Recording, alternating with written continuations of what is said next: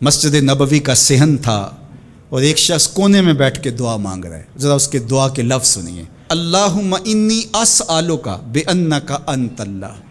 اے اللہ میں تجھ سے اس لیے مانگتا ہوں کہ تو میرا اللہ جو ہے.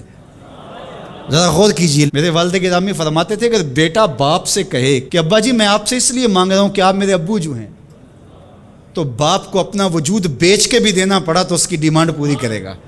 جو اس نے لفظ ہی ایسا کہہ دیا کہ ابو میں آپ سے اس لیے مانگ رہا ہوں کہ آپ میرے ابو جو ہیں، تو میں نے آپ سے ہی مانگنا ہے. تو بندہ کیا کہہ رہا ہے؟ اللہم انی اسألک بانک انت اللہ. اللہ میں تجھ سے اس لیے مانگ رہا ہوں کہ تو میرا اللہ جو ہے. لا الہ الا انت، تیرے علاوہ کوئی ہے بھی تو نہیں.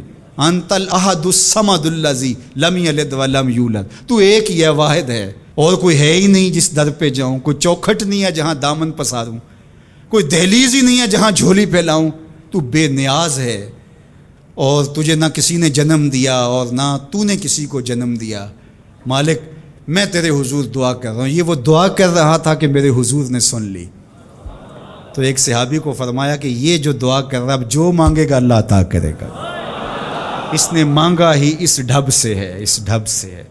ایک دعا اور سن لیجئے جو سیدنا علی المرتضیٰ رضی اللہ تعالی عنہ رب سے مانگتے ہیں.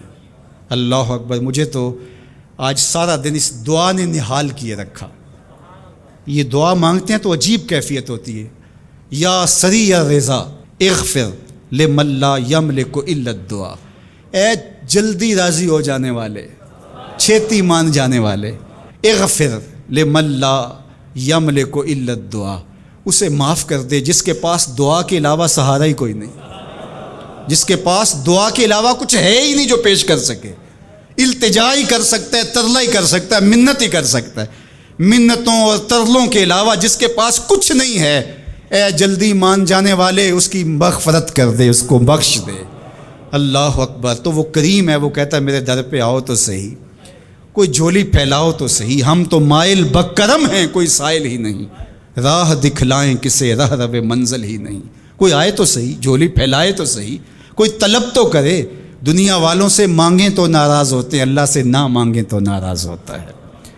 اللہ کہتا ہے مجھ سے نہ مانگو گے تو پھر کس در پہ جاؤ گے؟ قل ما یعبؤ بکم ربی لولا دعاؤکم. اگر تم نہیں مانگو گے تو پھر وہ بھی پرواہ نہیں کرے گا. تم مانگتے رہو گے، جھولی پھیلاتے رہو گے، وہ اپنی رحمتیں تمہارے دامن میں ڈالتا رہے گا. اس کے خزانوں میں کوئی کمی نہیں آتی. ہر بندے کو اس کی ڈیمانڈ کے مطابق، چاہت کے مطابق، طلب کے مطابق، آرزو اور تمنا کے مطابق دے دے. اس کے خزانوں میں پھر بھی کوئی کمی نہیں آتی. تو اسی سے مانگیں.